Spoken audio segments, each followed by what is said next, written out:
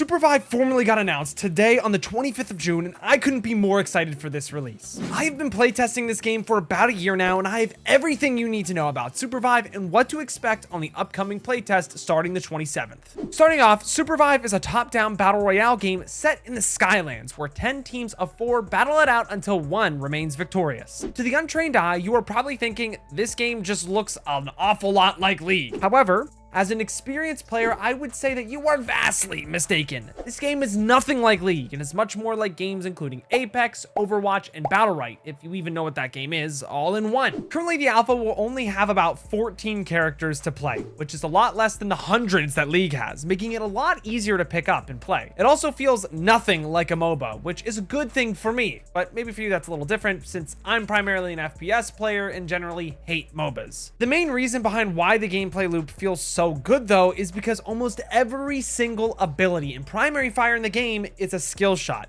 Nothing aims for you, and it is up to you to hit your shots. That's why a lot of the people in the community are going to refer to the game as a top-down action shooter rather than a MOBA, because it really does feel like that at the end of the day. Perhaps the most glaring difference to League, though, is the Battle Royale format and the fact that you are going to die in this game, and you're going to die quite a lot. However, dying isn't the end of everything, nor does it kill your chance of winning the game either. In a MOBA, if you get diffed, good luck getting back on your feet. This is something that the developers of Supervive really refined during playtesting, and I mean it. And to be honest, while it does seem like being able to res your whole team is kind of AIDS, it really isn't that bad. In fact, it makes the game much more dynamic.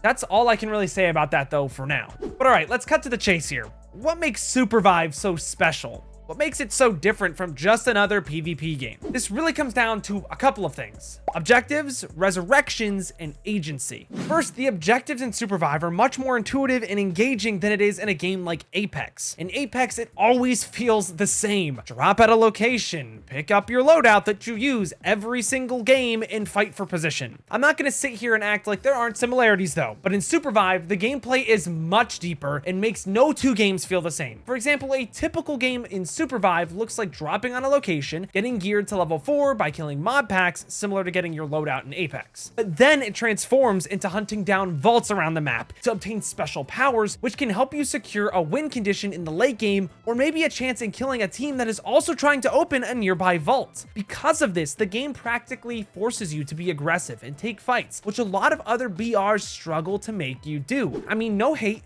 but bush camping dad got to Unreal in Fortnite by doing what his name entails: camping in a bush. Something has to change to make these games feel legitimate and satisfying at a competitive level. The main reason for this is because in the BRs we've had for a while, once you're dead for good.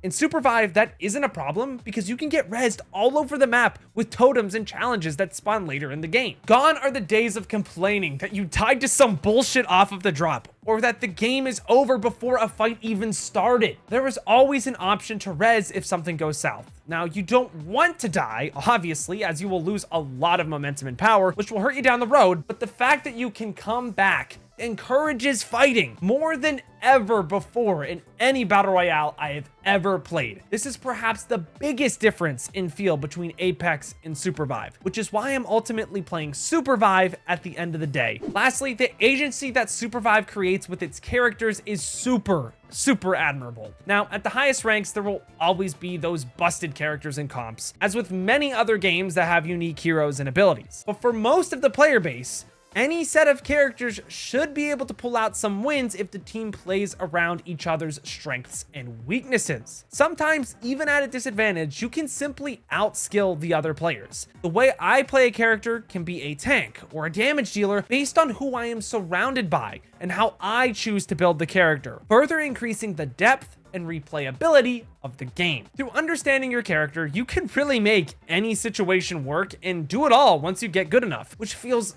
so rewarding. In a game like Overwatch, oftentimes if you don't conform to the meta, your character just feels so terrible to play. Supervive does not have that problem right now. There are winning and losing matchups, but nothing is lost until you lose it yourself. Whether you win or lose is never really decided by the character select screen, which Ah, man, such a breath of fresh air. If you know that I came from Overwatch, you know exactly what I mean. If you're looking at this game though, and you're like, Paz, why the fuck are you making this video? You are the Overwatch guy. What are you doing? Just hear me out. This game is for more players than just those top-down MOBA enjoyers. This game is for players that enjoy a deep game with many moving parts that feels rewarding to put time into. This is a game for players that value team play, but love being given the opportunity to shine individually. This is a game for players who need a development team that listens and is devoted to making the best gameplay experience possible, not the highest stock price possible. This game isn't really for any one genre of player either. It is for players willing to give it a shot and try something experimental,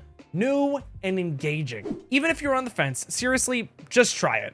On release day, I will be releasing a video covering how you can get into the June playtest as well as all upcoming playtests, so be on the lookout for that. Channel members will also have access to a bunch of upcoming videos early as well, so check that out if you are interested. Aside from that, thank you guys all so much for watching, but until next time, I've got to peace out and Paz out. I'll see you in the next one.